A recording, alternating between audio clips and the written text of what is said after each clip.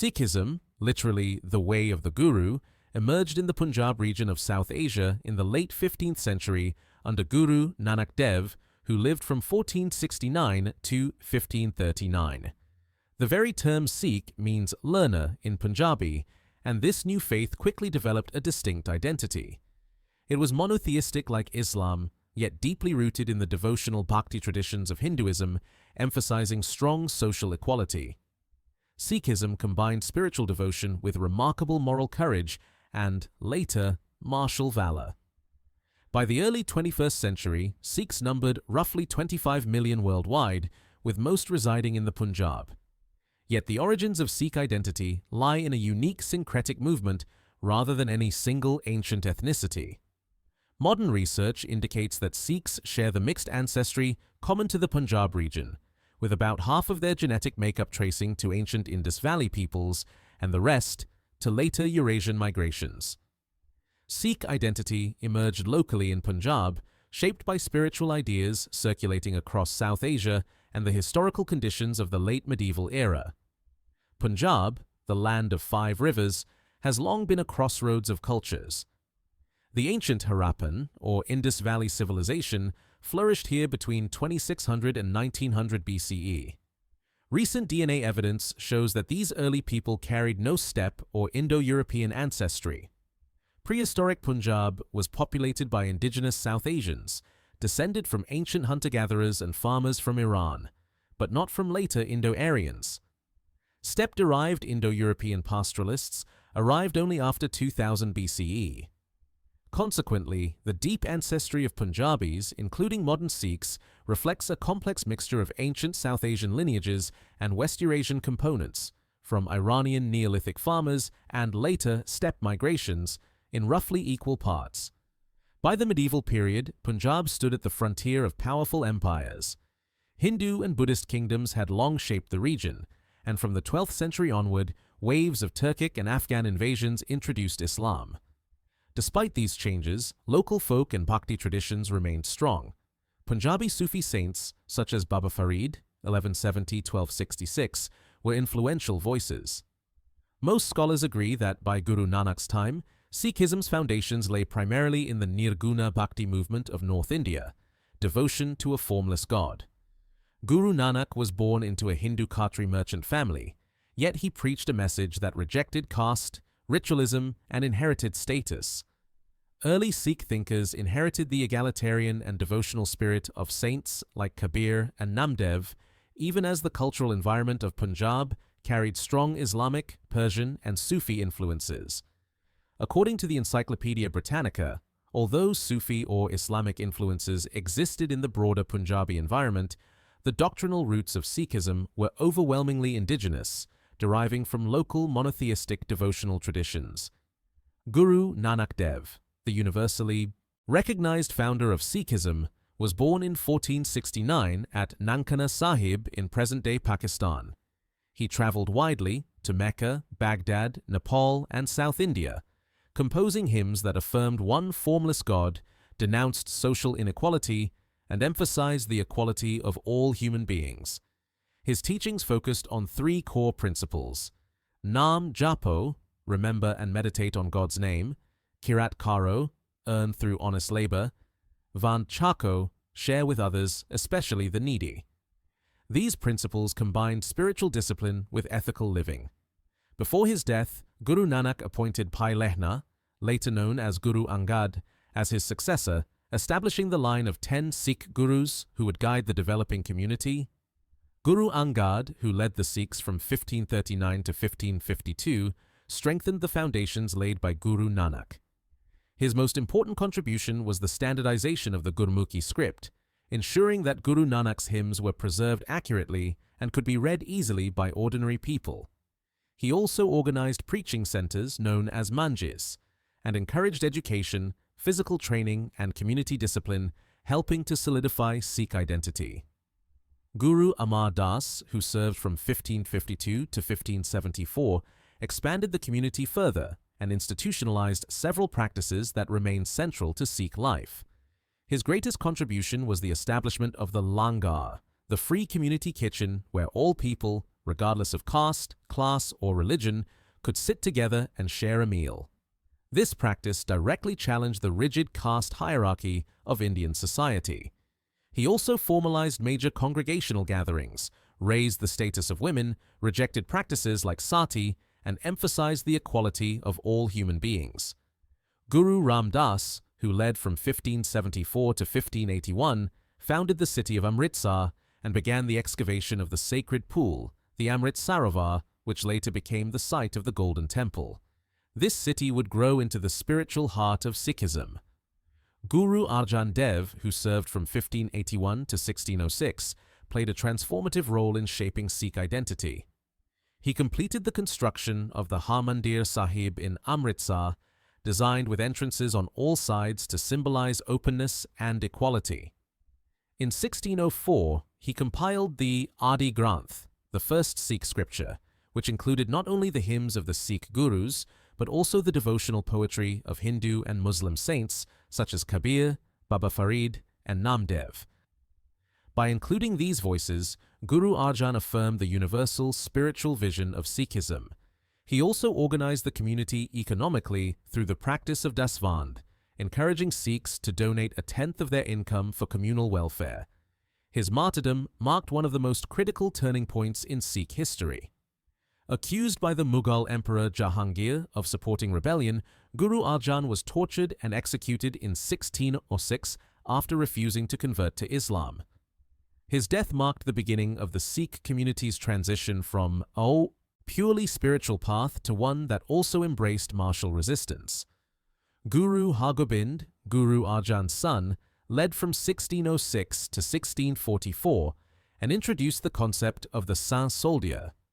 At his ascension, he wore two swords symbolizing Miri, temporal power, and Piri, spiritual authority.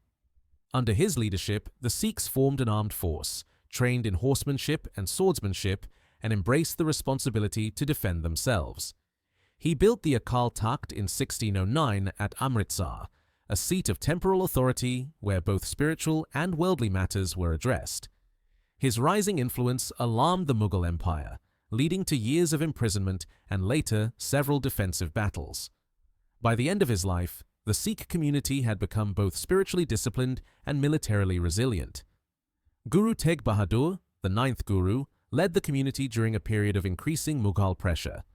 When Emperor Aurangzeb began enforcing policies of religious conformity, demanding mass conversions of non-Muslims, Guru Tegh Bahadur openly opposed this oppression. He defended the rights of Kashmiri Hindus to practice their faith freely, even though he himself was not a Hindu priest. For refusing to convert to Islam, he was arrested and executed in 1675. His martyrdom became a defining moment, inspiring the Sikhs to resist tyranny and protect freedom of belief for all people.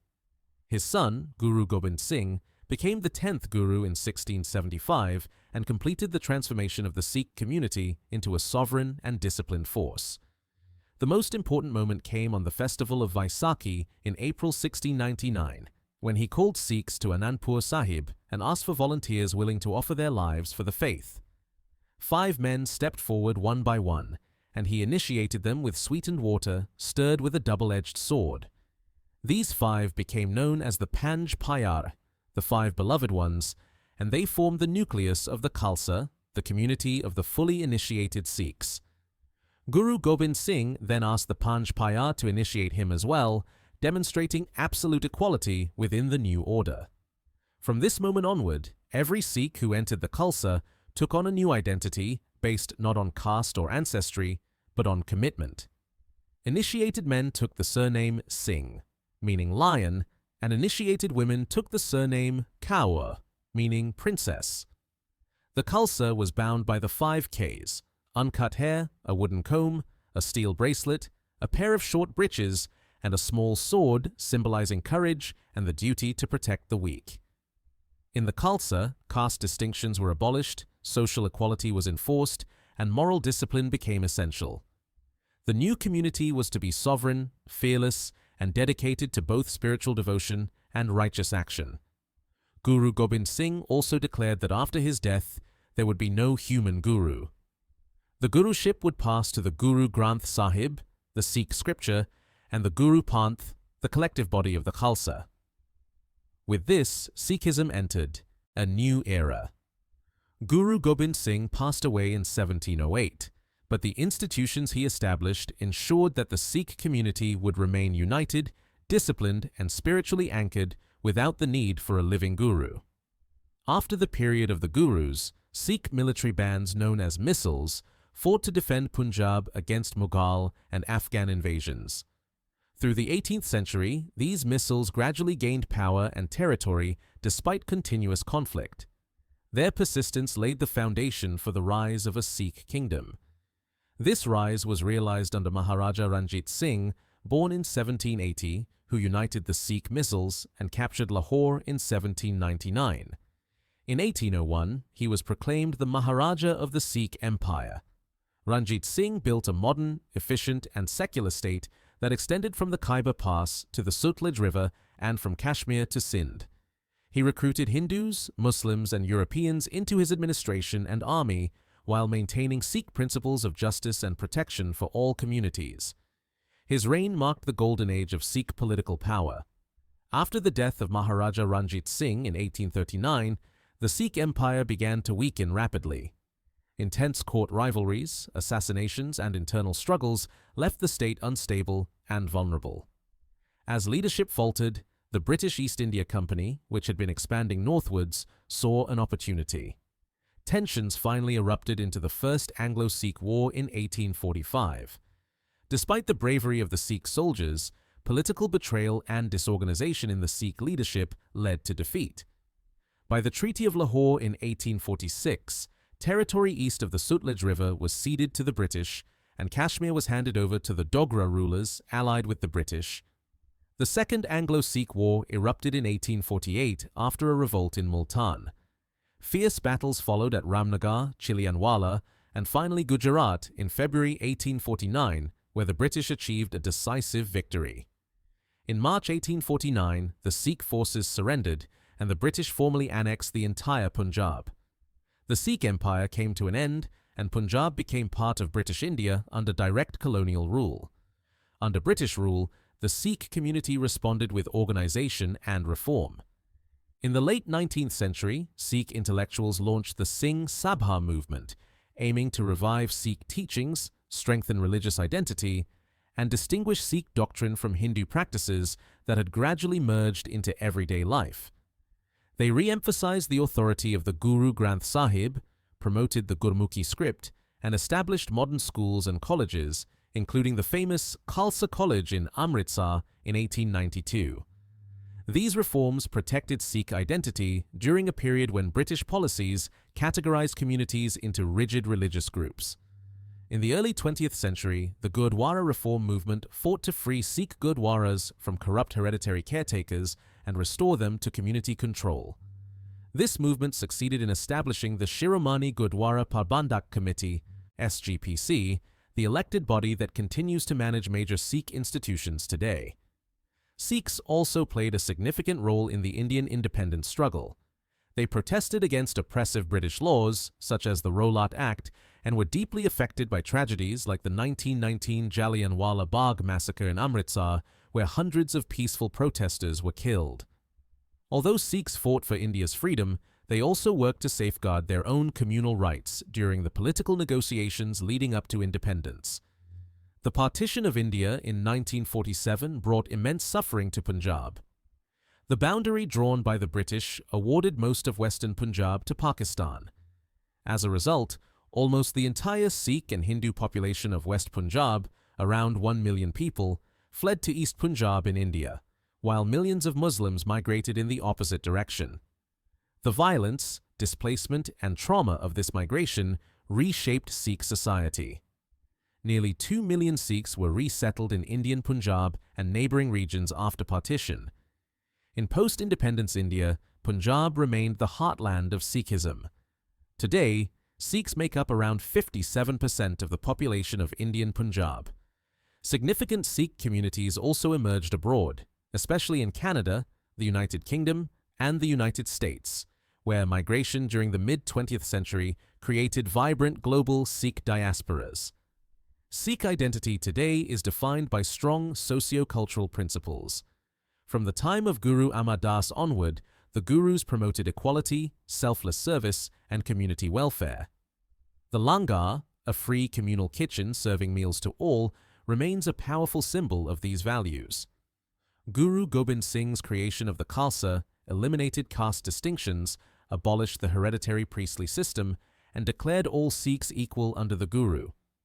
Although many Sikhs still come from traditional Punjabi backgrounds such as Jats, Ramgarias, and Khatris, Sikh doctrine rejects any hierarchy among them, making social equality a central feature of Sikh life.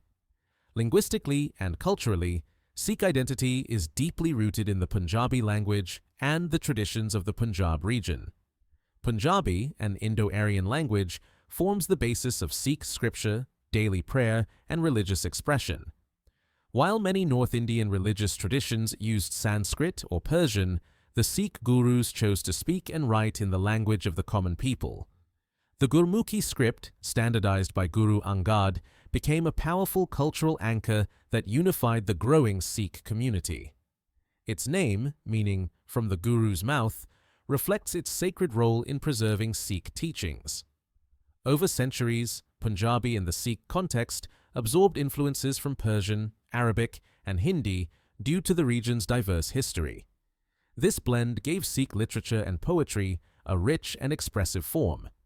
The Guru Granth Sahib itself contains hymns in multiple dialects from across medieval North India, reflecting the cultural diversity of the region in which Sikhism developed. Punjabi customs, folk traditions, and music also shaped Sikh devotional life. Local musical styles influenced the singing of hymns, and the Gurus encouraged spiritual expression through music and poetry. The rural and martial culture of Punjab, rooted in farming communities and warrior clans such as Jats and Ramgarias, played a major role in the evolution of Sikh character. When the Gurus militarized the community during the 17th century, many agricultural groups embraced the role of warrior farmers, setting the stage for the powerful Sikh armies of the 18th and 19th centuries. During British rule, Sikhs were classified as a martial race and recruited heavily into the British Indian Army. Regiments such as the Sikh Regiment became known for their discipline, bravery, and distinct identity. Even today, military service and valor hold a special place in many Sikh families, continuing a tradition that stretches back centuries. In terms of religious practice, Sikh devotion centers on the Guru Granth Sahib, which is treated not merely as a book, but as the eternal Guru. Daily life and worship revolve around reciting hymns, meditating on God's name, practicing honesty, and performing acts of selfless service. Sikh temples, known as gurdwaras, function as centers for community prayer, moral instruction, and the preparation and sharing of langar. The visible symbols of Sikh identity, such as uncut hair, turbans, the steel bracelet, and the small ceremonial sword, represent discipline, humility, and the commitment to protect others. Modern genetic research has provided further clarity on Sikh origins, confirming that Sikhs are not a separate ethnic group, but part of the broader Northwest Indian genetic continuum. Genome-wide studies of Punjabi populations show that Sikhs share a mixture of ancient South Asian ancestry, dating back to the Indus Valley Civilization, and later, West Eurasian and steppe ancestry introduced by Indo-European migrations during the Bronze Age. This mixture is the same pattern observed in neighboring Punjabi Hindus and Muslims. One major study found that Jat Sikhs, one of the largest Sikh groups, derive roughly half of their ancestry from populations related to ancient Indus Valley communities, with the remainder coming from steppe and Iranian Neolithic sources. Y chromosome research also reveals diverse paternal lineages among Sikhs, including haplogroups J, L, Q, and R, reflecting the region's long history as a crossroads of migration. Mitochondrial DNA studies, which trace maternal ancestry, likewise show a blend of East and West Eurasian lineages, consistent with the genetic makeup of other North Indian populations. All of this evidence demonstrates that Sikh genetic origins are deeply rooted in the local population of ancient Punjab. Rather than emerging from a single foreign source, Sikh ancestry reflects thousands of years of continuity, shaped by the same ancient layers. that define the broader Punjabi gene pool. In the end, the story of Sikh origins is not a tale of sudden appearance or mysterious ancestry, but a long, deeply rooted evolution shaped by the land, the people, and the history of Punjab. Sikhism emerged in the 15th century as a reformist, spiritually powerful movement led by Guru Nanak, who drew from the devotional traditions around him, yet created a completely new path, one centered on equality, service, and devotion to one formless God. Over 2 centuries, the 10 gurus built institutions, scripture, and a disciplined community capable of defending both their faith and the rights of others. Culturally and linguistically, Sikh identity arose naturally from the soil of Punjab. Its language, its music, its values, and its social structure came from the everyday life of ordinary Punjabis. The creation of the Khalsa under Guru Gobind Singh solidified this identity, abolishing caste, enforcing equality, and giving every Sikh a shared code and purpose. When the era of human gurus ended, the Guru Granth Sahib and the collective community, the Guru Panth, became the guiding authority. Genetic research adds a modern scientific layer to this understanding. Far from being a separate or foreign people, Sikhs share the same ancient genetic foundations as other Punjabis. Their ancestry traces back to the Indus Valley civilization, to early South Asian farmers and hunter-gatherers, and to later Indo-European arrivals, all woven together over thousands of years. Sikhism itself is the unique expression of this long heritage, not a break from it. Throughout centuries of Mughal rule, colonialism, partition, and migration, the Sikh community has maintained a strong sense of identity, shaped by devotion to the Guru's teachings, the Punjabi language, the Khalsa code, and the principles of service, equality, and courage. Today, Sikh communities thrive across the world while remaining deeply connected to their origins. The surprising truth about Sikh origins is not that they came from somewhere else, but that they emerged so powerfully from within Punjab itself.